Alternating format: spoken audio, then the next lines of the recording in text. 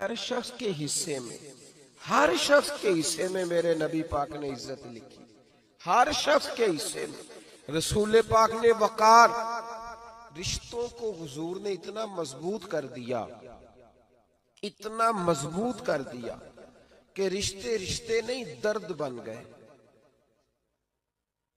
ماں کا نام آتا ہے تو آنکھوں میں آنسو آ جاتے ہیں نا، ماں کا نام آتا ہے تو دل تڑپتا ہے نا۔ یار یہ انقلاب ہے جو میلاد والے رسول نے برپا کیا، ورنہ حضرت طارق ابن عبداللہ کہتے ہیں میں حضور کے اعلان نبوت سے پہلے بھی مکے آیا تھا۔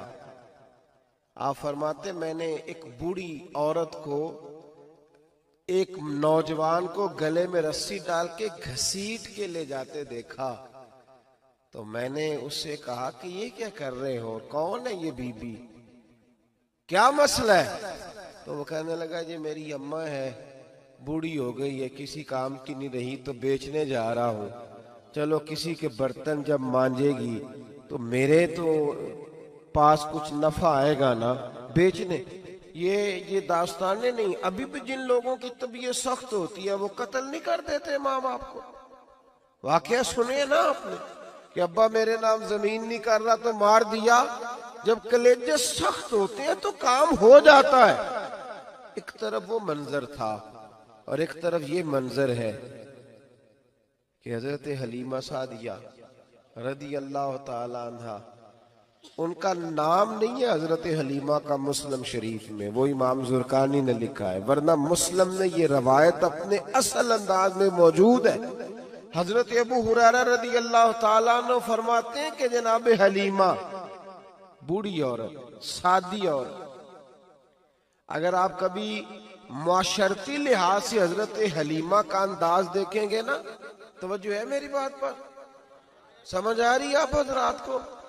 جو ہمارا معاشرتی ماحول ہے نا، معاشرتی ماحول، تو حضرت حلیمہ سعدیہ رضی اللہ تعالی عنہ کی حیثیت آج کے معاشرے میں اگر دیکھی جائے تو ایک آیا، بچوں کو پالنے والی آیا نہیں ہوتی، وہ آیا تھی۔ اسکول میں ایک آیا ہوتی ہے، جب بچہ چھوٹے ہمارے پرائیویٹ سکولز میں بچے جاتے ہیں تو عورت سنبھالتی ہے، دودھ ڈال دیتی ہے، کئی دفعہ فیڈر بھی پلا دیتی ہے، بچہ اگر پخانہ پیشاب کرتا ہے تو خدمت کرتی۔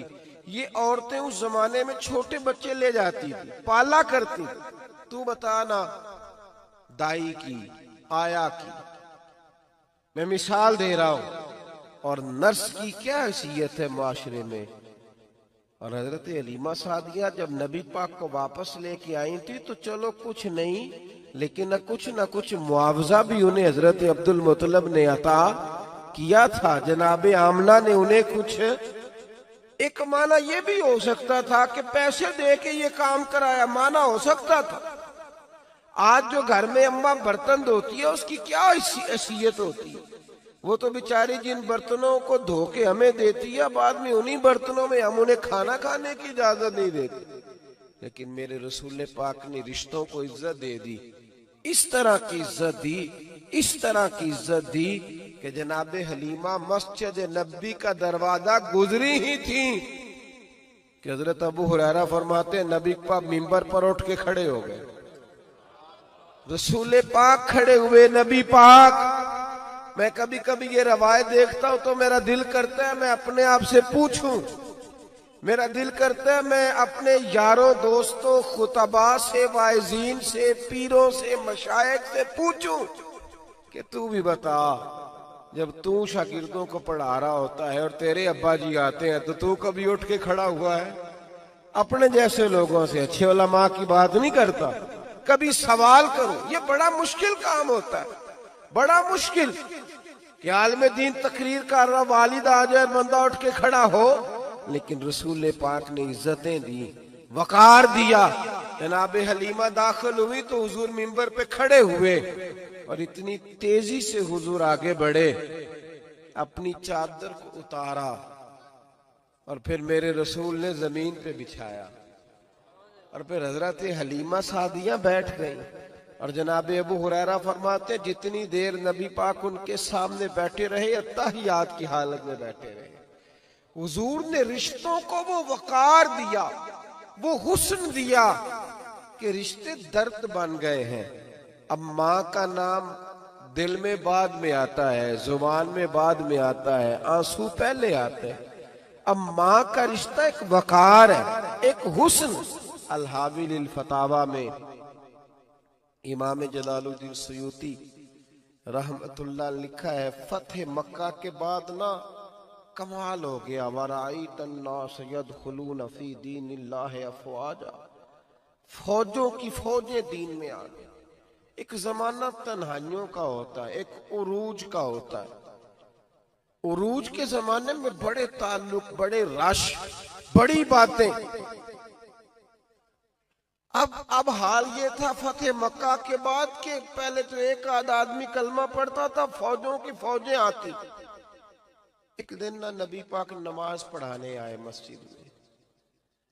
میرے نبی پاک صلی اللہ علیہ وسلم جب مسجد میں آئے تو مسجد کھچا کھچ بھری ہوئی, گلیاں بھی بھری, 10,000 کے قریب لوگ مدینے میں جمع ہیں حضور کے پیچھے نماز پڑھنے کے لیے. پڑھیے صلی اللہ علیہ وسلم. نبی پاک صلی اللہ علیہ وسلم تشریف لائے نا, جیسے ہی مسجد میں داخل ہوئے تو 10,000 کا مجمع اٹھ کے کھڑا ہو گیا. ہمارے لیے لوگ کھڑے ہوتے ہیں تو ہماری آنکھیں پرنم نہیں ہوتی, بلکہ ہم اپنا حق سمجھتے ہیں. ہم کہتے ہیں ان کا بنتا ہے کھڑے ہونا.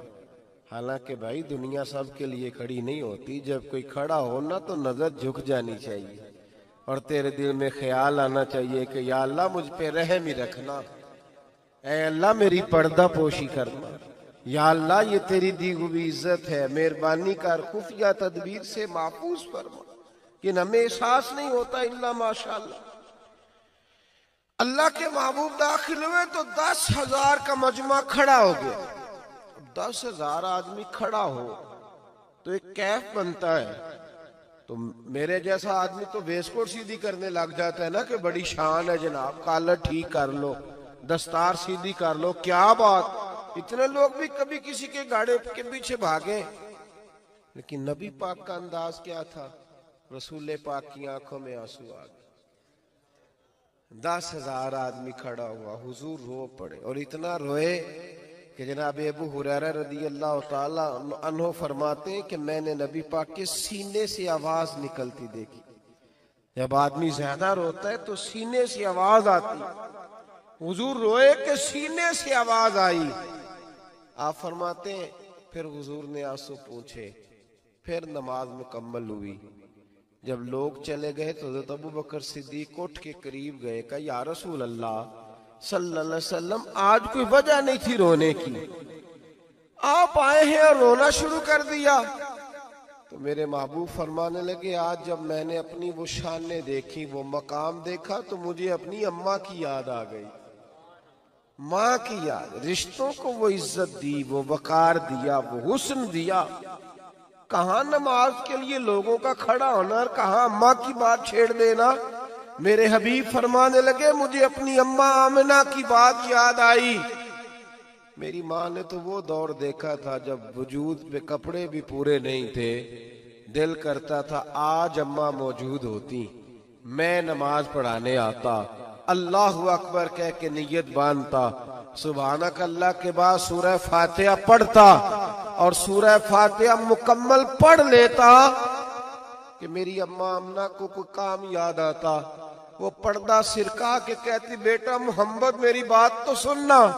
تو محبوب فرماتے اللہ کی عزت کی قسم میں نماز چھوڑ دیتا, پہلے ماں کی بات سن کے آتا. میں چھوڑ دیتا نماز. وقار دے دیا, وقار, وہ حسن بخشا, وہ توانائی بخشی. کہتے پہلے تو حضور رو رہے تھے نا, جب حضور نے وضاحت کی تو پھر سارے رونے لگ گئے, پھر سب رونے لگ گئے. پھر اپنا اپنا درد, اپنا اپنا ذوق, اپنا اپنا شوق.